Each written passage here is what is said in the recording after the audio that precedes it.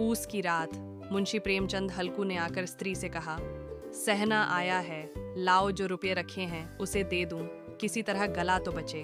मुन्नी झाड़ू लगा रही थी, पीछे फिरकर बोली, 3 ही तो रुपये हैं, दे दोगे तो कंबल कहाँ से आएगा?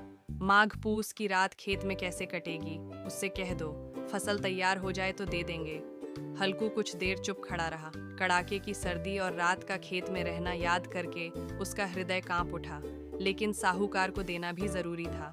सोचकर बोला, तो क्या गाली खाऊं? मुन्नी ने तिरस्कार भरी दृष्टि से देखा। गाली क्यों देगा? क्या उसका दिया खाया है? हल्कू ने दीनता से कहा, कुर्की बंदी न कर देगा? कर ले कुर्की, देखूं कैसे करता है। जा, ठंड लगकर मरना हो तो जाकर रहो खेत पर। मैं कहती हूँ, तुम क्यों नहीं खेती छोड़ देते? मर मर कर उपजाओ, वही सब साहूकार ले जाए। गरीबी की मौत से बेबसी की मौत अच्छी। हल्कू एक क्षण अनिश्चित दशा में खड़ा रहा, फिर जेब से रुपये निकालकर मुन्नी के हाथ पर रख दिए और बाहर चला गया। रात को हल्कू खेत में पहुंचा तो आकाश में तारे चमक रहे थे और ठंडी हवा चल रही थी। उसने अपने कुत्ते जबरा को पास बुलाया और जमीन पर बिछाने के लिए पत्ते इकट्ठे करने लगा।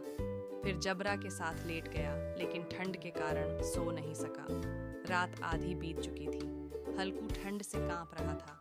जबरा भी सर्दी से परेशान था और बार बार अपनी पूंछ सिकोड़े भौंक रहा था। अचानक खेत में नील गायों का झुंड घुस आया। जबरा भौंकने लगा, लेकिन हल्कू ने हिलने की कोशिश तक नहीं की। उसके शरीर में अब ठंड की कोई संवेदना नहीं रही थी। वह सोचने लगा, क्यों इस ठंड में मरूं? ये फसल ही सब कुछ है क्या? और उसने आंखें बंद कर लीं। जब सुबह मुन्नी खेत पर पहुंची तो देखा हल्कू अलाव के पास बैठा हुआ था और खेत की सारी फसल नष्ट हो चुकी थी। लेकिन हल्कू के चेहरे पर कोई पछतावा नहीं था, बल्कि एक अजीब सी शांति थी। कहानी की शिक्षा, गरीबी इंसान को मजबूर कर देती है। कभी कभी हालात से समझौता करना ही एकमात्र उपाय बचता है। किसानों का जीवन अत्यधिक संघर्षपूर्ण होता है,